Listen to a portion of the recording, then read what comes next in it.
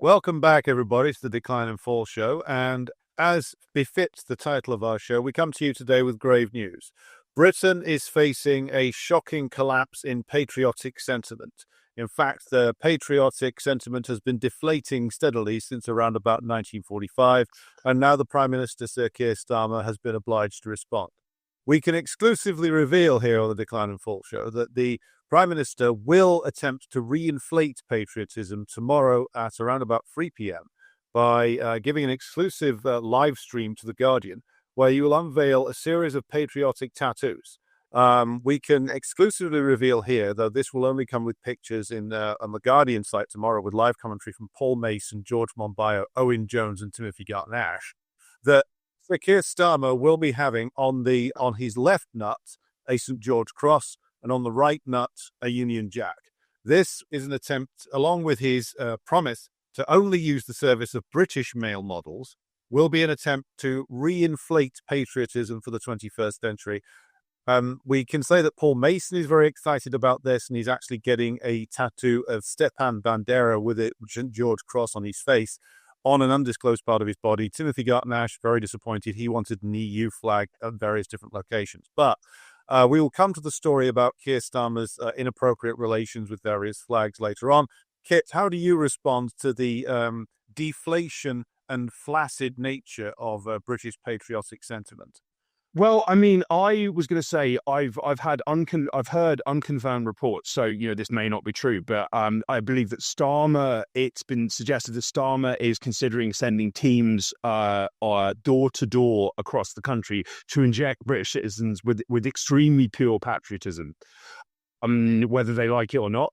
And there will be patriotism passes to enter restaurants and bars and go traveling and all sorts of things. No, I mean, I think that, the patriotism bubble having been repeatedly burst, not least because, the Starmer's policies and the policies of every preceding government have just made, at least since the 1970s, have just made people's lives worse and worse and worse and worse and worse. So why would you feel any particular patriotism in a country offering you nothing and making you increasingly miserable? But it's certainly an interesting contrast with Britain's continuing pretensions and delusions and fantasies of being a major global power of any import or significance the world over. But they're not going to give it up anytime soon, it seems. Indeed, no. And this leads us rather neatly into the first story for this week, which is, of course, related to British shenanigans elsewhere in the world. And this relates specifically to the relationship between Britain and the country of Azerbaijan. Now, if you've not checked out our very fine interview with Armenian journalist Alison Tamizian News, go back onto the YouTube page or the Substack and be sure to watch that. There's a lot of interesting information in there about the Azerbaijani regime and the current Armenian regime, and the history between the two countries and the entanglement of British imperialism with especially Azerbaijan. But here we are referring to a recent crisis that has apparently developed in Azeri-Russian relations. And this is illustrated by propaganda that the Azerbaijani regime, headed by, of course, what I can only refer to as the Aliyev crime family, has been engaging in with regards to its previous place as a constituent republic within the Soviet Union, claiming that, of course, it was a horrible period of KGB oppression. Of course, what the Azerbaijani authorities failed to mention, as the Russians were very speedy to point out, was that the leader of that KGB oppression for an awful long time was, of course, the current president's father, President Ilham Aliyev, and his father, of course, Haydar Aliyev. The father being the KGB major general and the head of the KGB in Azerbaijan for an awful long time, and also a senior member of the Soviet Politburo for a very long time, in fact, right up until near the end of the Soviet Union. And he attained his position as the president of Azerbaijan, largely thanks to the connections that he had due to his service in the KGB and senior CPSU circles, that's Communist Party of the Soviet Union. So this claim is, of course, completely ridiculous. When you look at like the development levels of all the Soviet constituent republics, both before they were part of the Soviet Union and afterwards, there is a massive uptick in terms of economic development, quality of life, etc. Compare that to how Britain treats its imperial conquests, or how the US does, or how the French did, then you can see what is real imperialism and what is not. However, there is a political purpose behind all of this, behind the saber-rattling of the Azeri regime towards the Russians, and now the claims made by Azerbaijani state media regarding their historic lost territories inside Iran. You might ask, where does this come from, considering Azerbaijan is a relatively small country that could easily be squashed by either of its rather gigantic neighbors, both Iran and Russia? Well, the answer, of course, lies in the historic relationship between Britain and Azerbaijan, established just over 30 years ago by, amongst others, British Petroleum in a delegation led by Margaret Thatcher. And ever since then, the British have been the leading single investor inside Azerbaijan. And if you're the British and you are investing that much in a country, then that comes with a level of control over that country, which cannot be underestimated. And this is how the British operate. One thing that we hope we've shown you in the several months now we've been doing this show is that colonialism doesn't mean men in pith helmets and baggy shorts anymore. It means basically fraudsters from the City of London, the Adam Smith Institute, dodgy characters from MI6 and various other governmental institutions, and the plethora of NGOs essentially running places with a minimal footprint. And indeed, and I'll just hand over to you, Kit, on this point, this is the entire British government's post-Brexit plan, which is to retain as much influence over countries like Azerbaijan as possible with a minimal amount of expenditure on actual occupation forces and things like that. But, Kit, I'll throw to you with the question of, is Azerbaijan being set up to do what they failed to get Georgia to do? Well, yeah, I mean, that's an an interesting and very broad question. I might just start off by saying that it's this notion that that Azerbaijan was like under KGB occupation, and that the poor Azerbaijanis were these innocent victims of Russian imperialism. This is the Baltic line. Like that they have aggressively pushed. It's really interesting to see other former Soviet socialist republics adopt this complete and utter fantasy. Given that there was a profusion of Azerbaijanis within the Soviet power structure at all times. This was completely standard. Indeed, it was enshrined in Soviet law that there would be representation of different ethnicities and religions within the multi-faith, multi-ethnic, multicultural Soviet Union. But yeah, I think that it's Azerbaijan I reiterate Alex's entreaty that you watch our interview with Alison, because she is on the ground in Armenia and really knows her stuff. I think Azerbaijan occupies a very interesting geopolitical position. It has a little spoken about, but wide-ranging special relationship with Israel. Israel provides Azerbaijan with enormous amounts of weapons, which it has used to defeat Armenia in the various conflicts it has fought with its neighbor over the years. Israeli weaponry and intelligence assistance, among other things, were fundamental to the total ethnic cleansing of Artsakh, which coincidentally or not occurred not long before the total genocide of Gaza erupted in October 2023.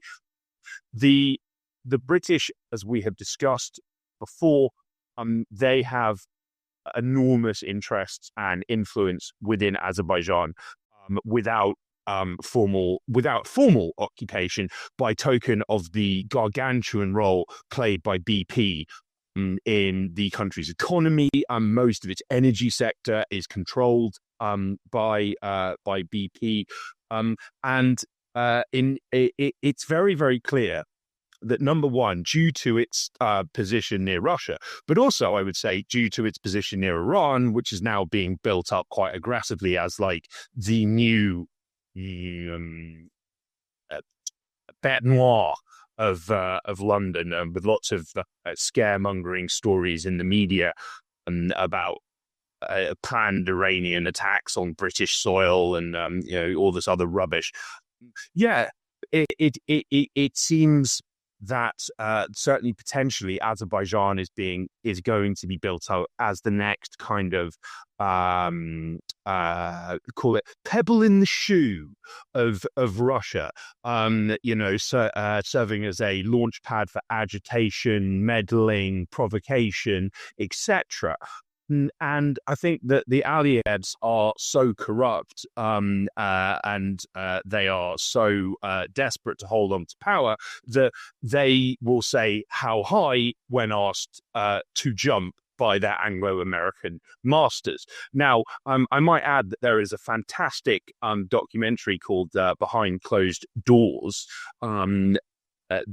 which was made by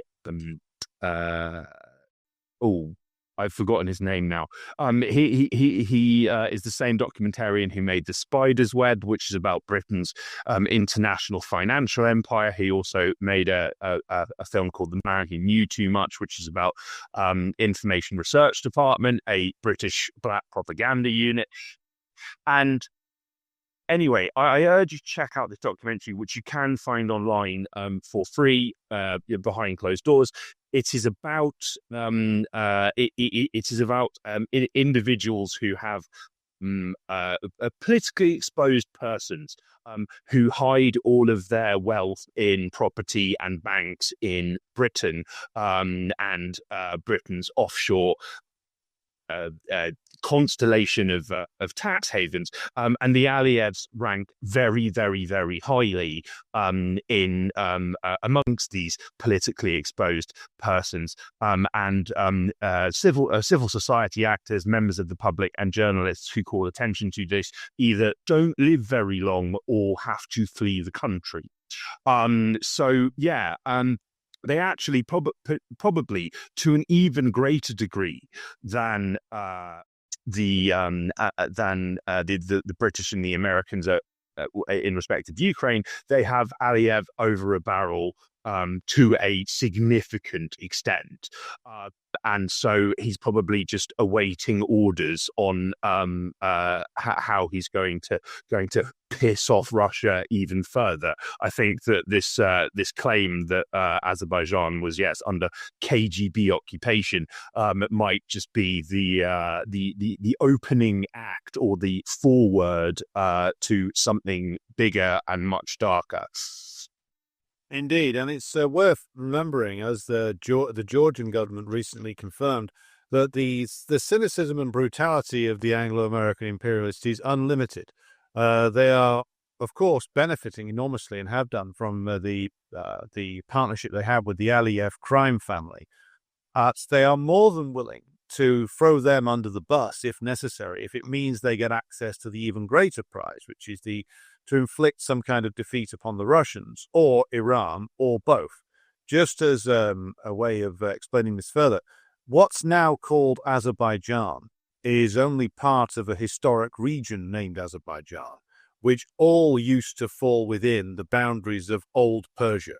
Basically, Old Persia, prior to the early 19th century, used to stretch all the way up into the Caucasus and actually incorporate what's now called Georgia, what's now called Armenia, and what's now called Azerbaijan. These were taken from the old Persian Empire due to military defeats inflicted upon them by Tsarist Russia in the late 18th and early 19th centuries. And so you have shall we say, an active wound there on the borderlands between Azerbaijan and Iran, because there are Azeris living in Iran and there are Azeris in Azerbaijan. Now, every time you have this kind of potential contradiction or antagonism, perhaps would be the better way of putting it, there you will find the British trying to their absolute best to crowbar open any fissure that develops between nations or peoples. So with the talk of a renewed attack on Iran increasing all the time, with this being ratcheted up to hysterical levels in both Britain and the United States and, of course, Israel, we can expect some kind of troublemaking to follow. But it is, of course, rather destructive because, as is made clear by numerous articles, including one I'm going to share on the screen with you now, the relationship between Britain and Azerbaijan has and is very, very extensive. But of course, Azerbaijan would be, militarily speaking, absolutely nothing and capable of doing nothing at all, were it not for the relationship with the imperialist powers. It's worth emphasizing that before they had a more extensive military relationship with both the Israelis and the Turks, the Azeris lost all the wars with Armenia. They lost the original one in the late 80s. They lost again in the 90s. They failed to take any of the area now known as either Nagorno-Karabakh or Artsakh, depending upon which nomenclature you prefer. But the war in 2020 was essentially run by NATO and Israel on behalf of Azerbaijan. Azerbaijan would not have won that without them, and also without the active sabotage of Armenian military power by a certain Mr. Pashinyan. So if it comes to some kind of military encounter, which I don't think it will for now, Azerbaijan will get absolutely squashed by some combination of Iran or Russia or both if it came to that. Now, everybody knows that who's not a complete idiot. Complete idiots, by the way, can be found very extensively on the pages of the Daily Telegraph comment pieces.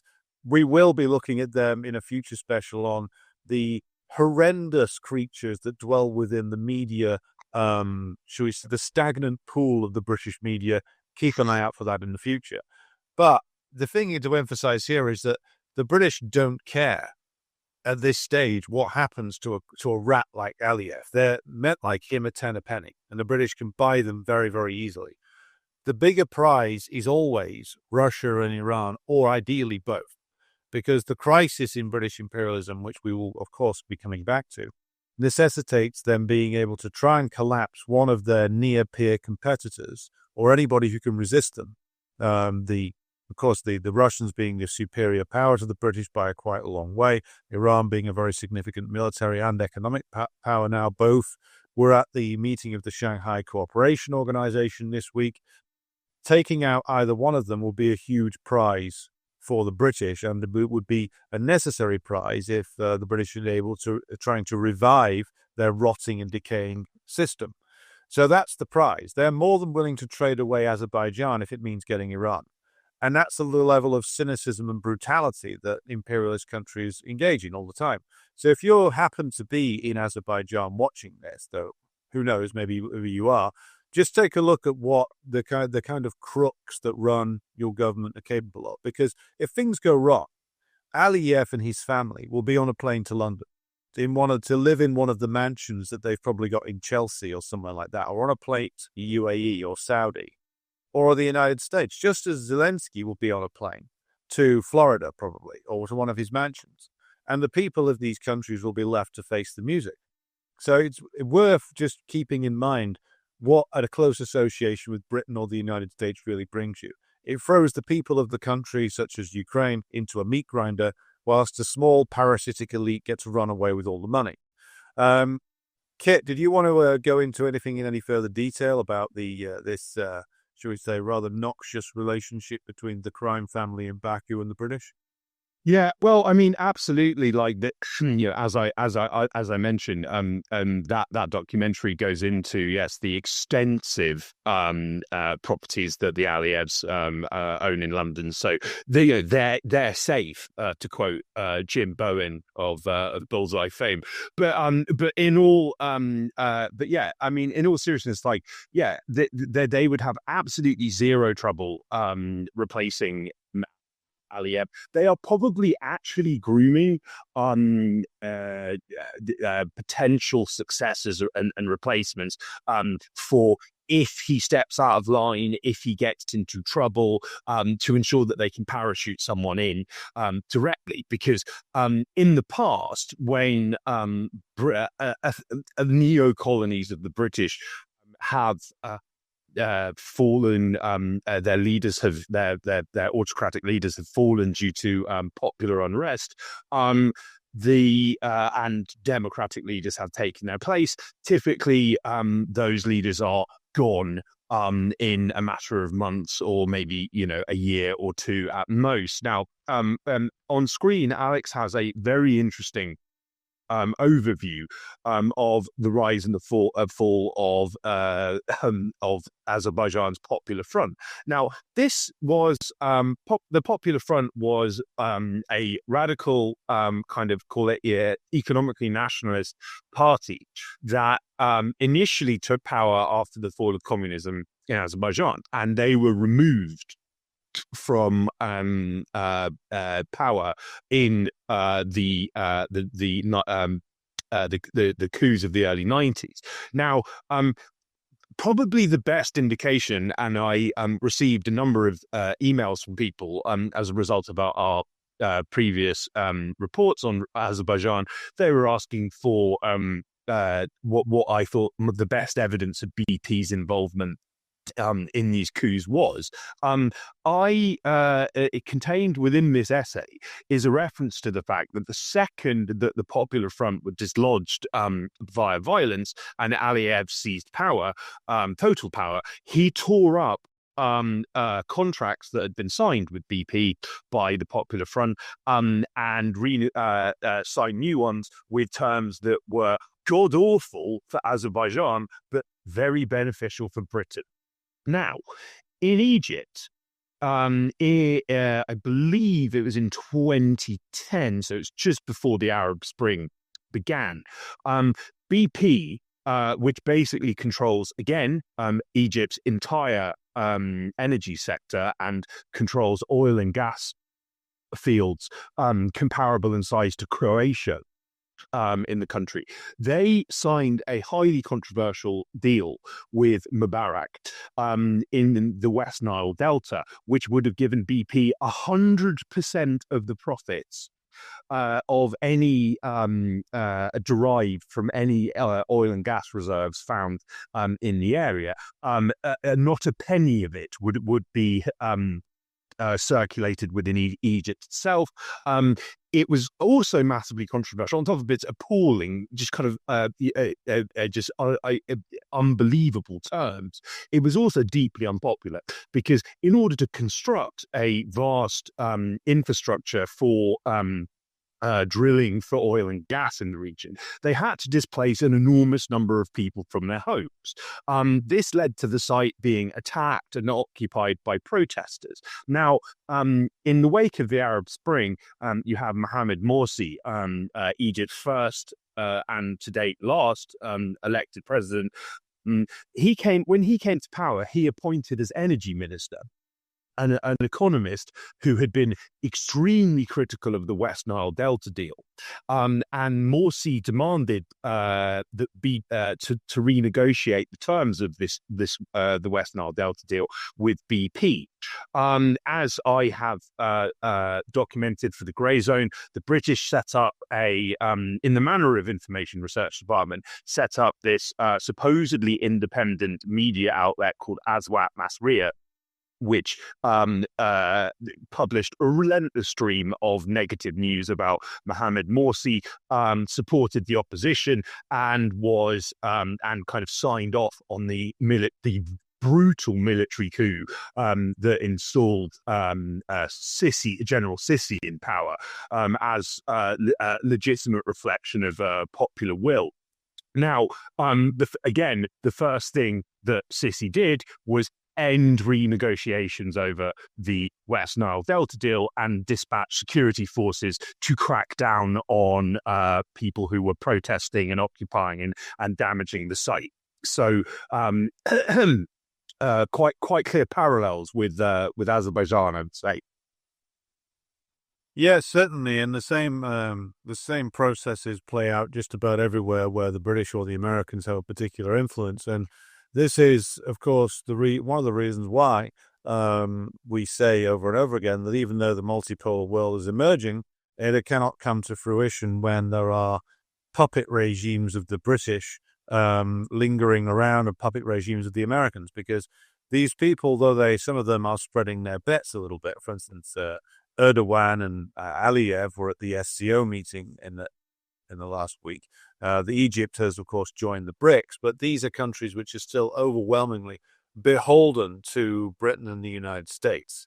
And if we're to proceed with dismantling the power of the Western imperial bloc, then the regimes they depend on will have to go as well. As I'm certain that they will in the end, because when something's that crooked and that rotten, it can only survive when it has the backing of powerful external actors, and also that when domestic opposition remains low.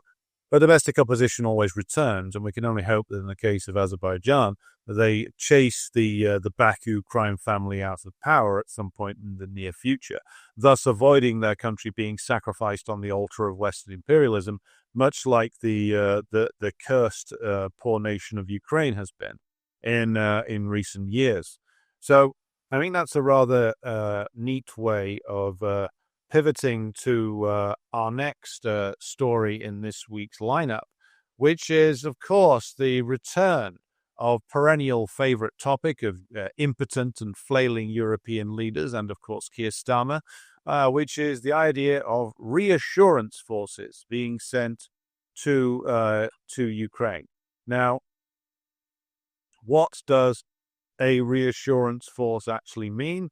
Well, let's see if we can get some indication of this from French president and winner of Gallic Ken Doll of the Year Awards 2021 to present day, Emmanuel Macron, who has recently been wailing and babbling away about this. So let's just see what this clown has to say for himself. So I'll read the subtitles out for you if you're on the audio version of this just afterwards. But here's the video version. I don't think President Putin wants to do that. I think Putin, wants the capitulation of Ukraine. That's what he proposed. How do we deploy what are called reassurance forces, that is, a few thousand men on the ground in Ukraine? So, what Macron is talking about there, that's from a press conference he gave just about 10 days ago, when he's talking about reassurance forces being sent to Ukraine. And again, this is not the first time he's talked about this, because he's talking about there in that press conference about sending a few thousand forces to Ukraine. He again did this. It was all 18 months ago he was talking about this. It then got basically swatted down by the Russians, who said if you send these forces to Odessa, which is where Macron was talking about deploying French forces to, the Russians basically said, well, if you send them there, we'll kill them, leading to shock and horror in the European press that anybody would dare fire upon them. But this talk keeps coming up, and it came up with Macron recently when they were talking about the negotiations that Trump apparently wanted to have Putin and Zelensky engage in.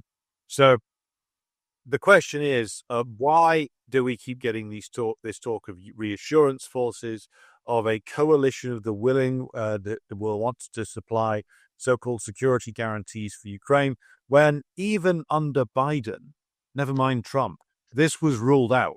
This was ruled out by the U.S. administration prior to this one. Trump definitely won't engage in it.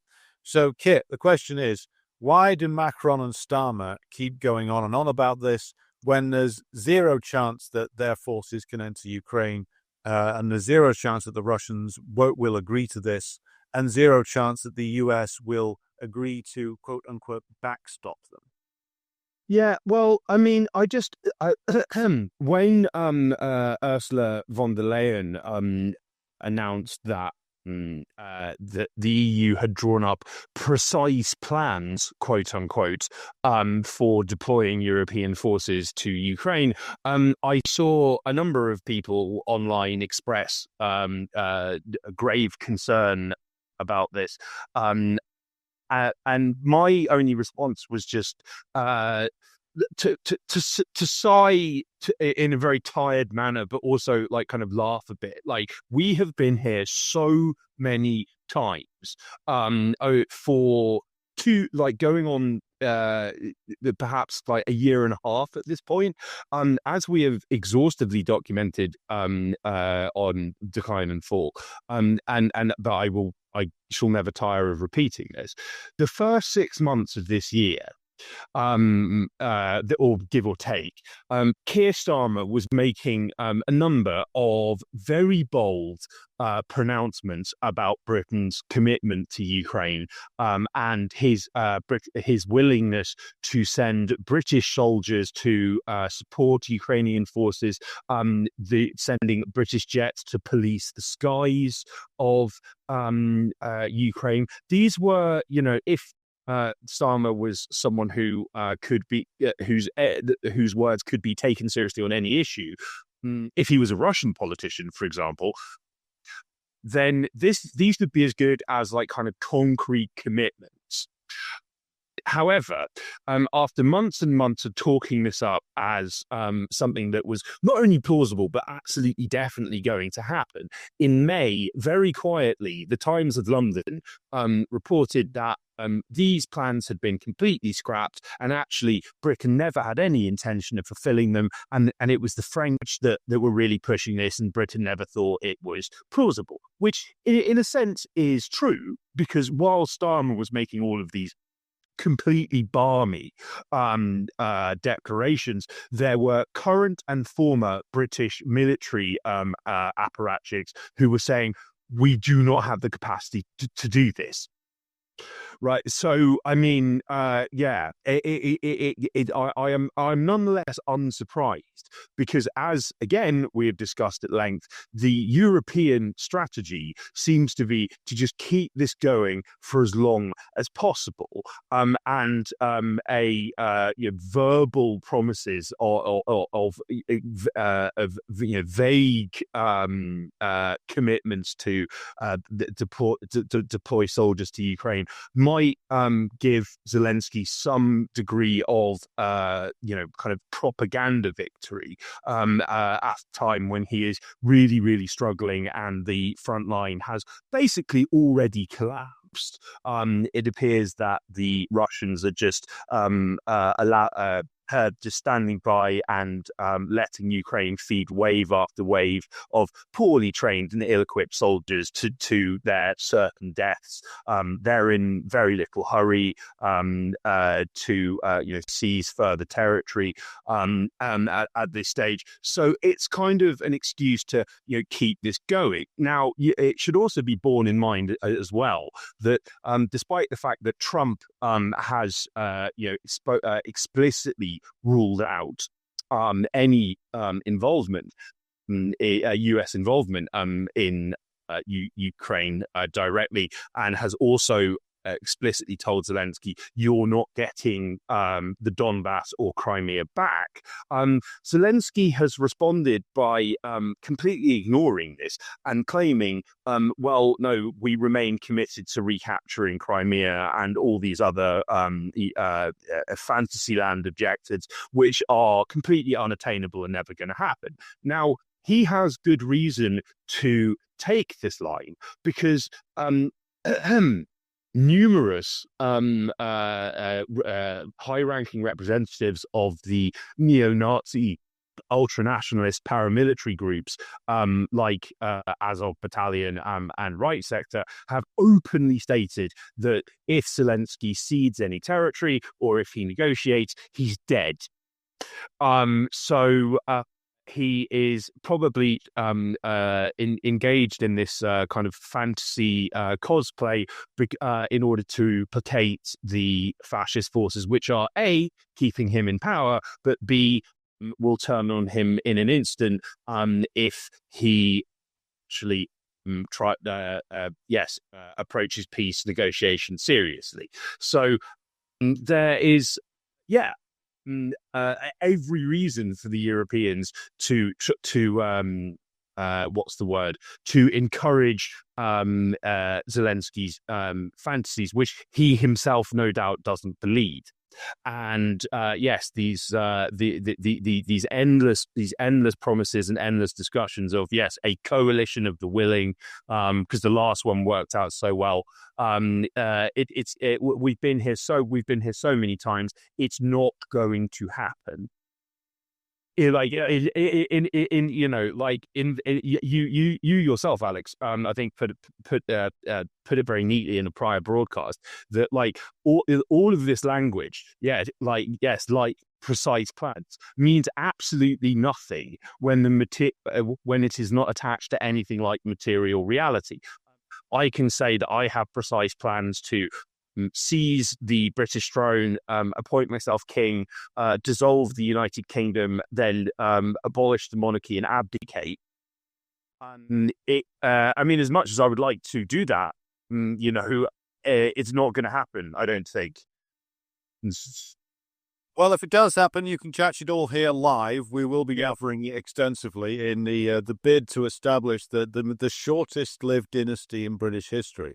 With Kit the first and the last, in fact. But as it stands, the Windsor family, the Saxe-Coburg-Gotha family is doing their absolute best to make sure that the institution of the monarchy is completely discredited, and they're doing a superb job of it, I must say. Just as an additional point on this, Kit, recently we saw the story come out that Zelensky was actually allowing men under the age of 22 to leave Ukraine. And this was something that was rather unexpected, but it led to another mass exodus to the west of Ukrainian men. And this seems to go against what Zelensky's public statements are, which is, we will fight to the end, we will seize back Crimea, we will not stop, etc., whilst letting the next tranche of victims for the meat grinder potentially escape. So is this a case of the fact that Zelensky, being the actor that he is telling the right sector, the fascists, and his handlers one thing, whilst in actual fact being fully aware that the collapse is coming, and on some level is trying to preserve something of the Ukrainian population in exile in the West, and that potentially there are even those in the West who are aware of this tactic and approve of it, because this is how they preserved Ukrainian fascism for 60 years after the end of World War II, so it could be re-injected back into Ukraine again following the collapse of the Soviet Union. So is this a case of saying one thing, screaming defiance, whilst at the same time preparing the ground for potential future fascist guerrilla wars in Ukraine waged by and people recruited out of the exile community? Indeed, and it's like, and I mean, it does bear repeating, like how bad the situation is for Ukraine on the front line at the moment. And there was a case recently, there was an incident recently where Russian forces accidentally broke into quite deep into supposedly Ukrainian territory without any pushback. Because aside from drones, which the Russians are getting very effective at neutralizing via electronic warfare or specific anti-drone guns they've innovated, the Ukrainians have nothing. They have no people. There was a recent Washington Post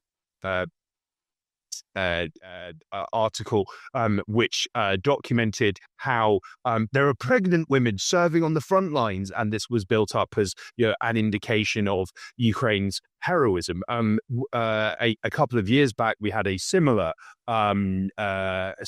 repulsive and bizarre bit of propaganda. I think it was from the New York Times, where we were told that Ukraine was winning because amputees. And there was an extensive piece on how Ukrainians who've had their arms and legs blown off frequently return to the fight, and that shows that they're going to beat Russia. And there was also very bizarrely a section on how amputees being an amputee was a good means of getting laid. because women, local women saw these people as heroes and therefore were queuing up to marry them and have their children. But yeah, it is a very bleak situation, and I think that ultimately the Trump administration, we have talked about their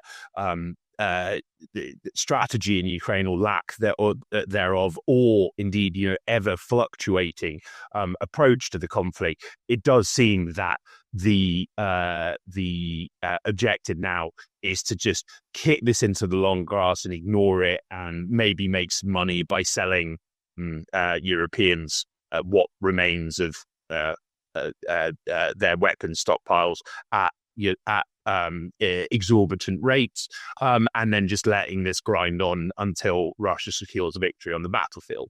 Because yes, Zelensky's not going to negotiate. Europeans still leaders, if you can even call them that, still have all of these insane ideas of keeping this going, but no, deep down they are completely dependent on the US to maintain it.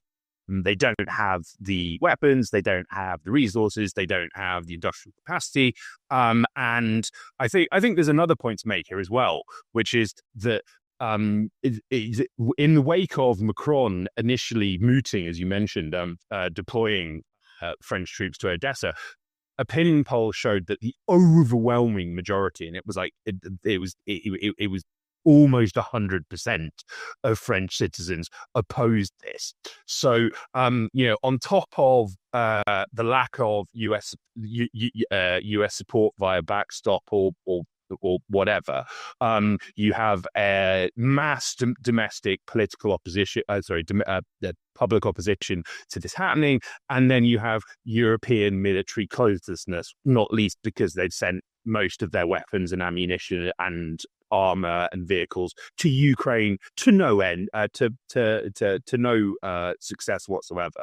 So yet another installment of enduring delusions about Western power.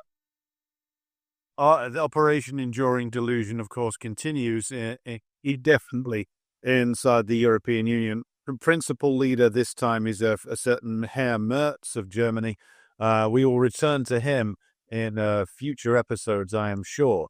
But again, to keep the focus on Ukraine, this leads us into a discussion of a recent high-profile assassination in Ukraine, which is of a certain gentleman by the name of Andriy Parubiy.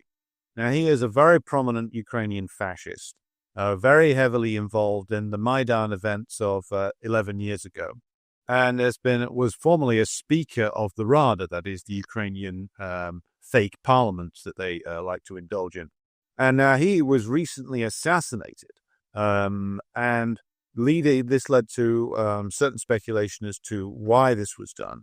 A gentleman has been arrested who stated in here from the courts when he was put on trial that he did it in revenge for the apparent death of his son, who went missing around the Bakhmut area in 2023 when the Bakhmut offensive was going on, where countless Ukrainians died.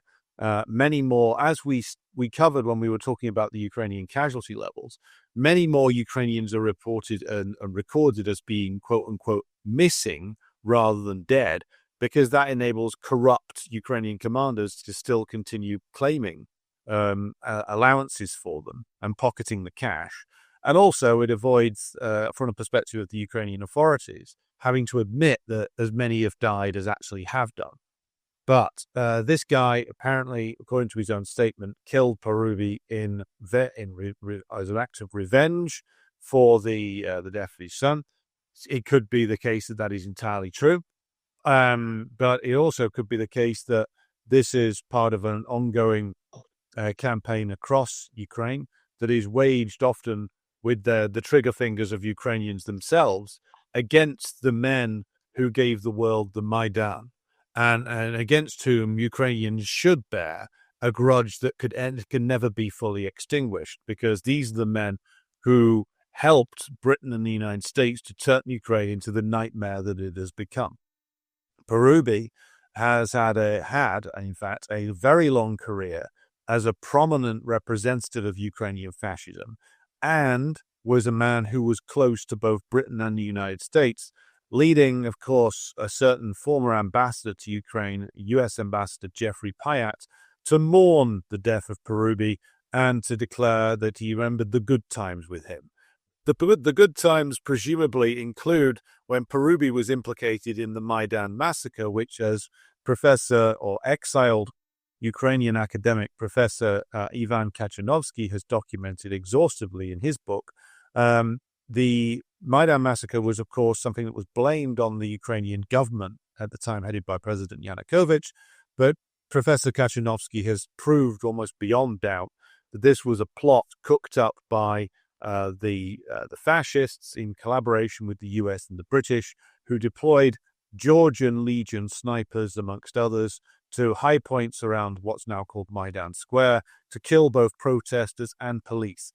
By the way, not the first time this was done. This was done as an operation by somebody inside Romania in 1989 to trigger the downfall of the communist government there, headed by Nicolae Ceausescu. This was proved later in a court case in Romania against certain military and intelligence commanders who were proved to have done it. Quite who was the instigator of that is open to debate. There are some who say it was the CIA and MI6, and I wouldn't doubt their involvement. Others claim that it was actually the Gorbachevites from the Soviet Union who were involved. I'm going to go with all of the above for the question. But Kit, Andriy Parubiy, a foul and disgusting, reprehensible reactionary meets a deserved end. They will be flying the flag at half-mast in Downing Street this week, I'm sure. Yes, absolutely. Yeah, wholeheartedly agree on all of the above. And it must also be recalled that one of the key events that led to the Soviet Union's breakup was the alleged sniper massacre by the Red Army of protesters in Lithuania. Questions hang over whether this was a false flag carried out by Lithuanian nationalists, or an individual named Audrius Butkevičius, who is a close associate of our old friend Chris Donnelly and has been working on, he's been a key figure in the directing the proxy war in Ukraine now. He has admitted that he deliberately got people killed in order to demonize communist authorities in the gaze of the world's media.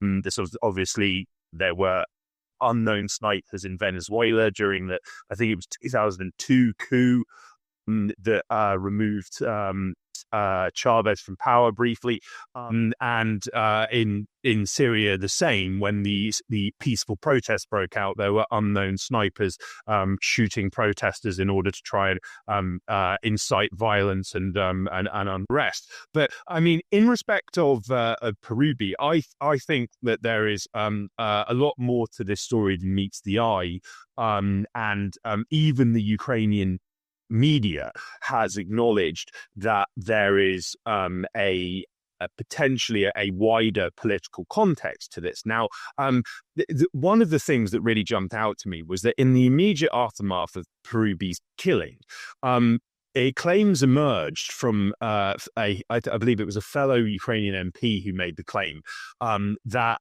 Parubiy had months earlier requested formal protection from the SBU, only for them to reject his demand. This prompted some local outcry in Ukraine, prompting the SBU to issue a statement explaining why Parubiy's demand was denied. Since then, there's been a press conference where the SBU and the Ukrainian police said that, in fact, Parubiy had never asked for protection. So that's very strange. As I mentioned, the Ukrainian media has also noted that given that Parubiy knows well how to organize a Maidan, this might have contributed to him getting killed, which, given the state of politics in Ukraine and the potential for upheaval in the near future, one way or another, potentially to remove Zelensky from power, if he's not killed just outright by right sector and Azov, that could be another potential motive. Now, Parubiy, just to give you a bit of background on this scum, he in 1991 he was a founder of the openly neo-Nazi Social Nationalist Party, which their logos were somewhat refashioned Nazi symbols. They were later rebranded as Svoboda. And between 1998 and 2004, Parubiy ran Svoboda's paramilitary wing, Patriot of Ukraine, which advocated insurrectionary violence and espoused, genocidal hatred of Russia and Russians.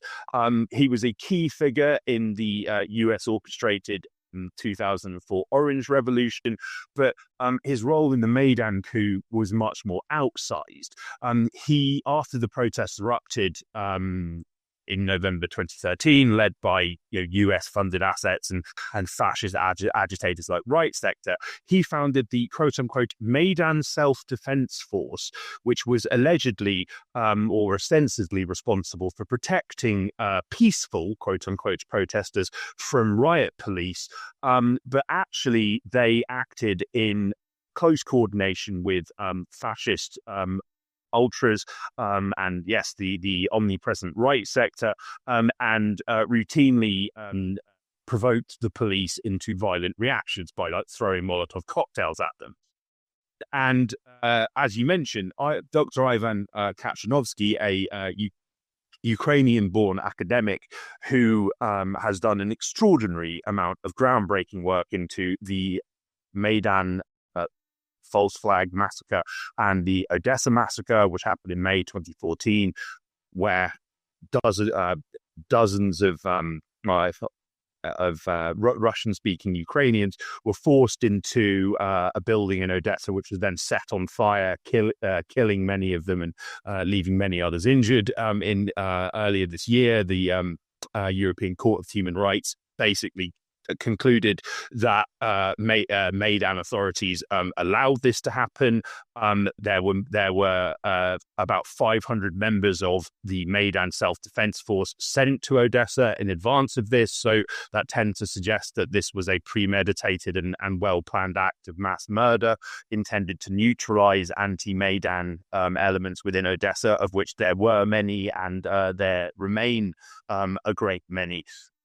But yeah, I mean, in respect of Maidan, I would urge our viewers to go over this book, The Maidan Massacre in Ukraine, the mass killing that changed the world, by Kachanovsky. It is a very forensic, extremely well-referenced book, which contains countless references to Parubiy's role in organizing the sniper attacks. There was a trial which began in 2016 and concluded in October 2023 of 5 Ukrainian police officers who were accused of responsibility for the Maidan massacre, even if they didn't personally perpetrate it. Now, along the way, numerous witnesses, including, I might add, members of Right Sector and a personal advisor to Andriy Parubiy, testified that the shooting of protesters and police occurred from sites in Kiev that were confirmed to be occupied by opposition elements. There were several examples of Maidan activists catching armed provocateurs, including Georgians, turning them over to Parubiy's Maidan Self-Defense Force, and then these culprits were released without charge or explanation and then never seen or heard of again. This includes the aforementioned Georgians. So, yeah, he played a very key role in this. He was rewarded by when after Yankovic fled Ukraine on February 22nd, 2014. Parubiy became the fascist interim government's National Security and Defense Council chief. The government was handpicked by the ever charming Victoria Nuland, who was, of course, in Kiev throughout this and handing out cookies to demonstrators. He, in this capacity, oversaw the launch of the quote-unquote anti-terrorist operation in Donbass, which was this brutal crackdown on the country's Russian-speaking population.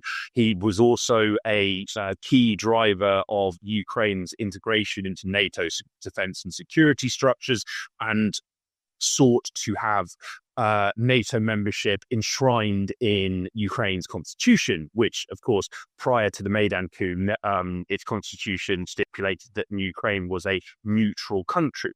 Now, he resigned this position in August 2014 after the Minsk agreements were signed by Petro Poroshenko, because he believed that the dispute in Donbass could only be resolved via force.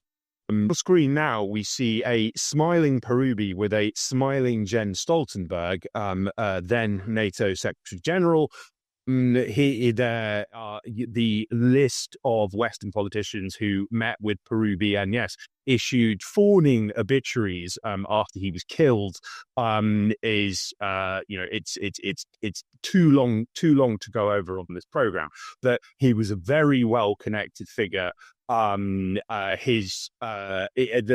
Whenever he visited a European country, including Britain, the media was very quick to dismiss any suggestion that he maintained his neo-Nazi politics, and that he was now on the center right of Ukrainian politics, which, I mean, given the state of Ukrainian politics, would probably, stipulate him as a neo-Nazi in any event, but that's by the by.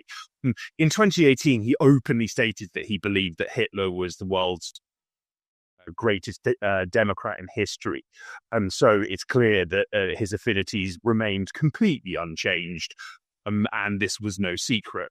And so I think that, yes, as I say, there's potentially more to this story than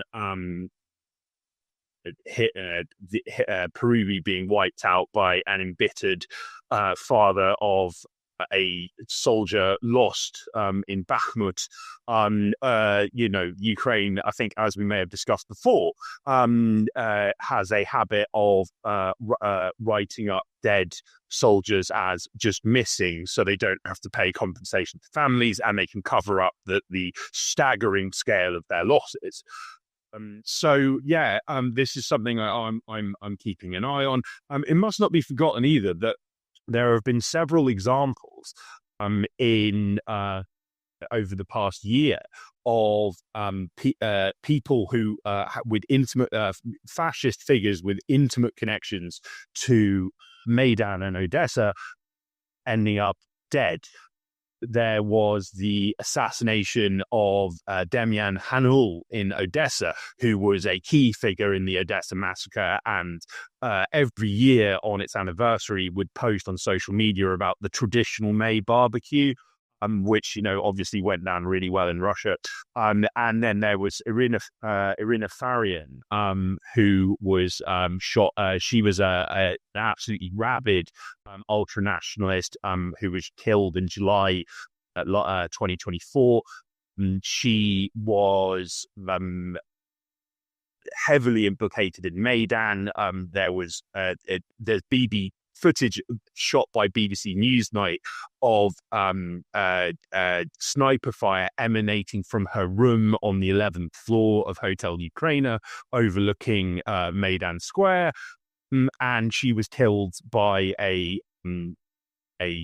another Ukrainian ultranationalist because she had the gall to insult Azov battalion for speaking Russian and claiming that they were not Ukrainians or patriots.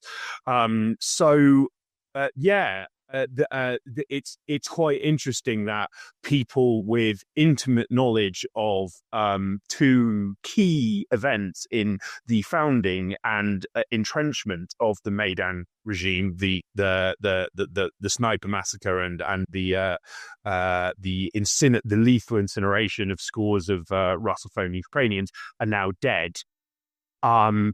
Which could be an indication of just this, how Ukraine is now starting to, that Ukraine's far right is now starting to eat itself, or there could be something deeper afoot. Well, both are possible outcomes, and it's just worth emphasizing, as we can see here from Jens Stoltenberg posing with Andriy Parubiy, just how close the European and American power structures were and are to fascism in Ukraine, and also how close they are to fascists in numerous places around the world. Because the role of the fascists in the imperial system is to do all the dirty work that the imperialist countries don't want to do directly. They want to be one step removed from it, because they fear domestic backlash and repercussions of being openly involved with such things as the Odessa massacre or the Maidan massacre. So what you do is you get an Andriy Parubiy and his guys to do the dirty stuff for you. And then when they're no longer of any use to you, you can dispose of them. And that's the role that fascist groups play. They're hired and elevated one day, discarded the next, until they are needed again. But it goes to show just how hollow all of the nonsense you get from Keir Starmer, Emmanuel Macron, various US presidents is about, learning from World War II, never again, and all that kind of shit.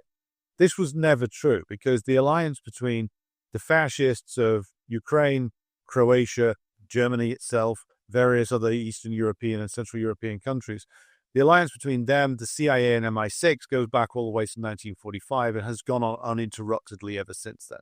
So Andriy Parubiy was just the latest in a series of fascist leaders from Ukraine who was a direct employee of the US and the British. And again, he will be replaced by somebody else when they try to reconstitute Ukrainian fascism again in Britain, the United States, and Canada, just as they did after 1945, because this project isn't going to end with the Russian victory. They're going to try and restart it all over again, because again, they have no choice. This is just the nature of the beast. So next time you see some European or some British or American politician babbling away about human rights, just pull up this picture of Andriy Parubiy and look up what his stated views were. These are the men who do the dirty work of the empire. This is the European. These are the tenders of the European garden, to quote Joseph Borrell. I think that this enables us to pivot neatly onto the next story of what I'm going to term flailing naked emperor syndrome. Because if they found fascists to do their bidding in Ukraine, the ongoing desperation to find fascists who can be as effective to do their bidding in Venezuela, of course, continues with the latest episode in the ongoing attempt by the US administration to secure some sort of regime change inside Venezuela. This one seems to be even more pathetic than the last one. If you remember a gentleman by the name of Juan Guaido, he was meant to be president for a while. That never really worked out for him, but he did get to go to the State of Union, the Union speech, and meet several prominent drug dealers. So that's always good.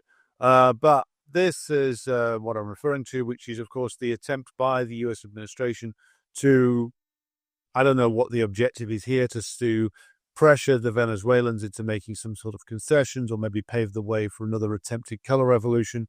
But you have 8 US warships and a nuclear submarine being deployed to the area around Venezuela. This morning, it was revealed that the US had blown up some sort of speedboat that they alleged to be being used by drug traffickers. And the US, of course, has stated recently, that is the Trump administration, that the Venezuelan government and the Mexican government are implicated in collaboration with the cartels, and that the US might need to go in to both places to, quote, sort it out. Now, this is, of course, all transparent nonsense. The cartels themselves, if indeed such things exist in the way that the US claims that they do, are staffed mostly by people who are either close to or have been American intelligence assets, or who have been in various different military or paramilitary organizations. In the case of Colombia, the links between the drug cartels, paramilitary organizations, and Colombian politicians, such as the loathed and detested Alvaro Uribe, is very well established. Now, so the question has to be asked, exactly what is it that the US is trying to do here? And the answer is, of course, to use the drug trafficking situation, which they are at the center of in so many ways, to justify attempted regime change activity against the Venezuelan Bolivarian Republic. It must be emphasized, though, that the maximum number of forces that the US has actually managed to deploy in the area is around about between 4,000 to 5,000 US Marines. That's not enough when you consider that even sources from the imperialist countries admit that the Venezuelan Republic has at its disposal hundreds and hundreds of thousands of both military and paramilitary forces, including a very extensive militia system based in the working class areas of the country, and with more and more Venezuelans signing up to defend their country every single day. So this obviously won't work. It's another case, in my view, of flailing naked emperor syndrome. But Kit, what is your analysis as to the game that is being played here by the United States? Well, I mean, again, I've seen a lot of chatter from a variety of sources, including specialists on Latin America, who believe that this deployment is extremely worrying, and that it is a sign that the US is gearing up for all-out invasion of Venezuela. As this Orinoco Tribune piece sets out in some detail, at times hilarious, this is just completely ludicrous. Like, they've not sent anything like a force that would be able to do very much against against Venezuela, let alone stage an all-out invasion. It could well be an attempt to just intimidate Venezuela, or maybe try and trigger some kind of uprising against Maduro, because there are far right opposition elements who are willing to commit murder in order to try and destroy the Chavez project in Venezuela. Now, it must be stressed that when Juan Guaido tried this at the start of 2019, we had there were groups of opposition activists who were marching the streets armed. They set government supporters on fire in some cases. So there is that danger. But I mean, it does just strike me as just absolute flailing. And I mean, the analyst who is a must follow on Twitter, Will Shriver, he makes this point that there are no easy wars left to fight for the US, right? Like, they tried it with Iran. That was an absolute failure. They tried it with Russia. That's an absolute failure. China, I mean, it is beyond a joke how far ahead China is in pretty much every sphere of military technology and capability than the US. So, I mean, this just strikes me as like imperial flailing to try and get a win, or at least try and look tough and relive the glory days of 1991. Which are long gone and never coming back. And like you say as well, Venezuela, quite wisely, has over many years built up people's protected paramilitary forces. So, I mean, if the US is stupid enough to try and stage some formal, quote unquote, intervention against Venezuela, they're going to be in real trouble.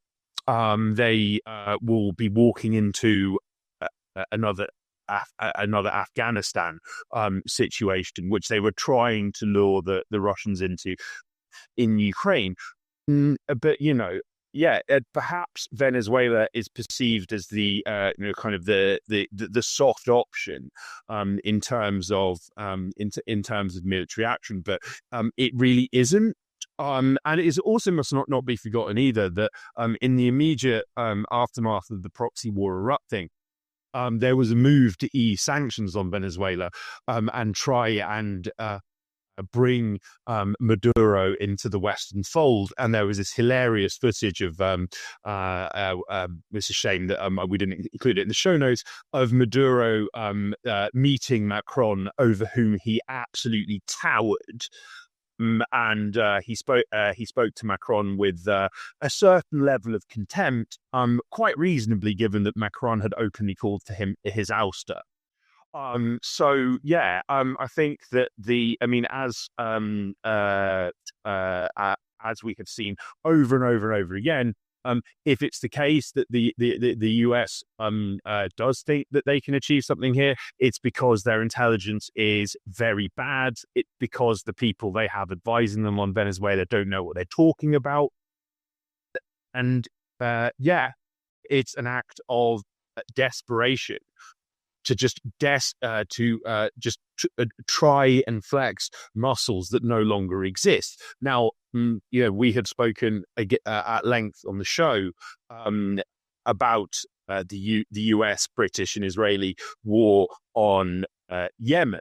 I keep going back to a 2024 Associated Press report in which pilots and sailors who'd been involved in Operation Prosperity Guardian, this failed 9-month effort to crush Ansarallah's anti-genocide blockade of the Red Sea, in which these pilots and sailors said they found the entire experience deeply traumatizing because they weren't used to getting shot at, and it wasn't something that they really thought about.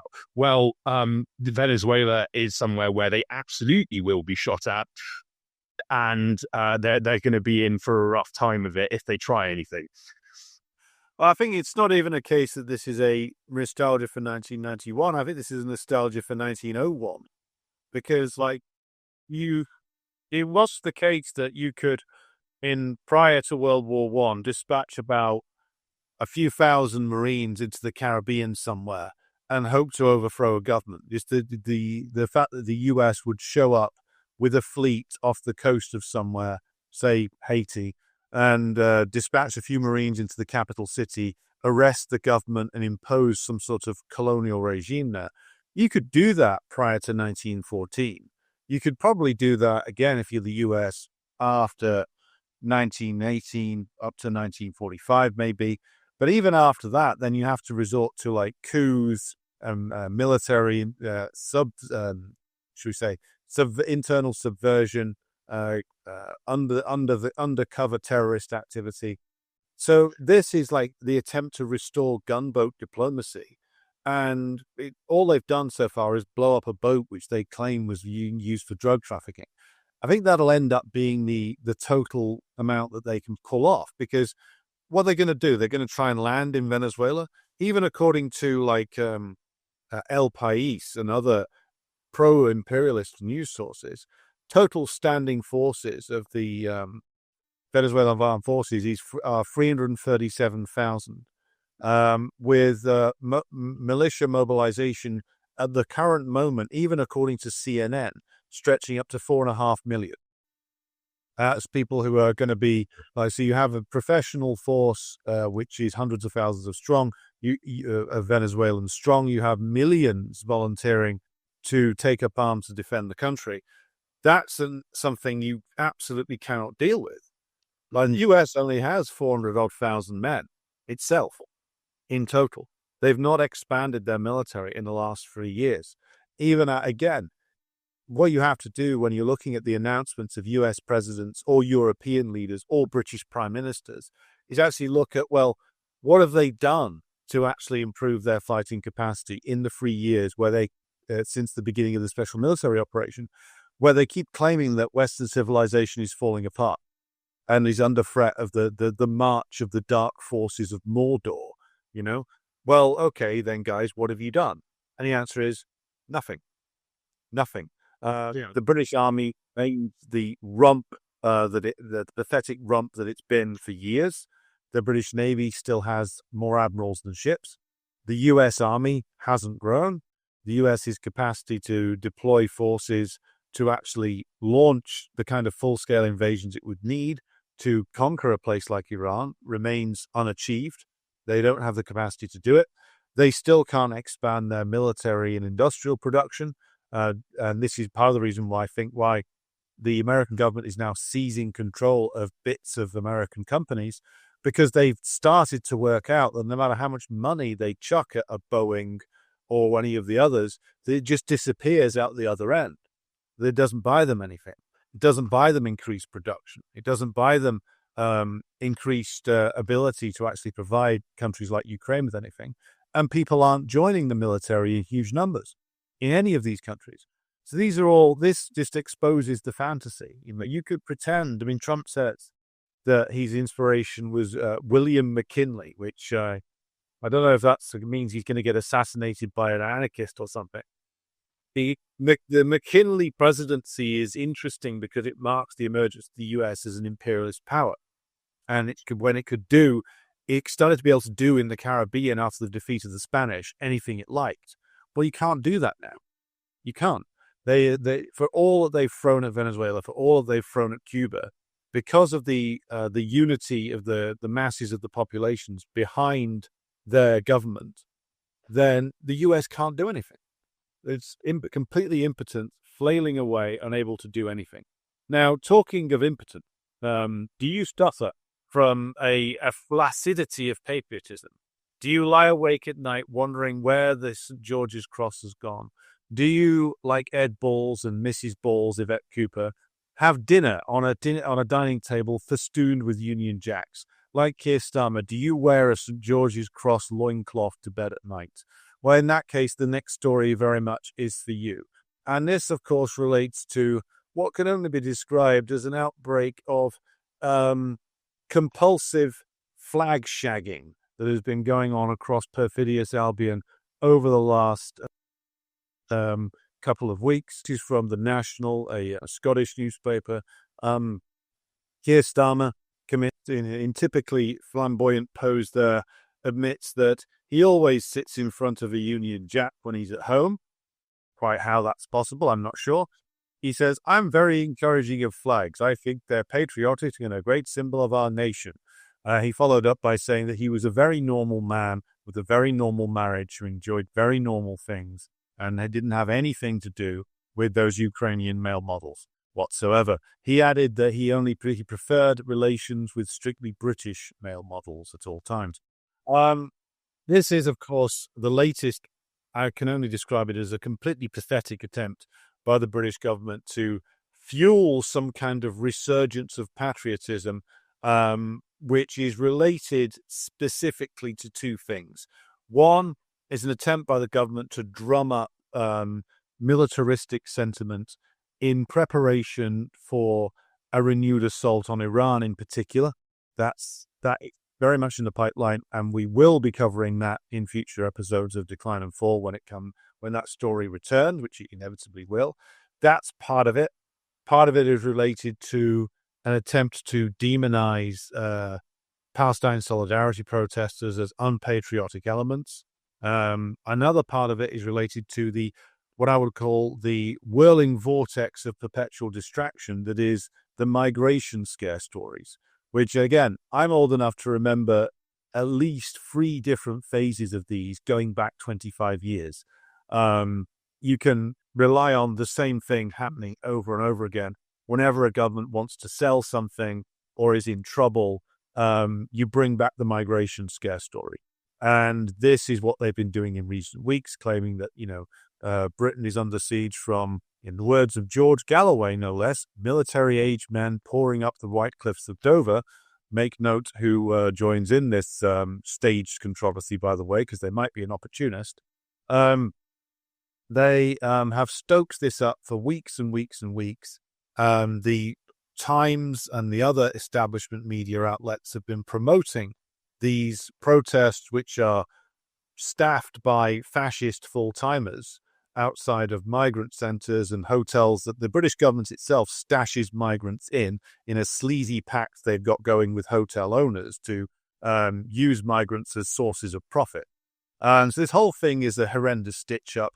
And if you believe that Keir Starmer, Ed Balls and Yvette Cooper have lunch off a Union Jack fucking spread across their dining table, then you've probably got less brain cells than Keir Starmer has in his own wretched head.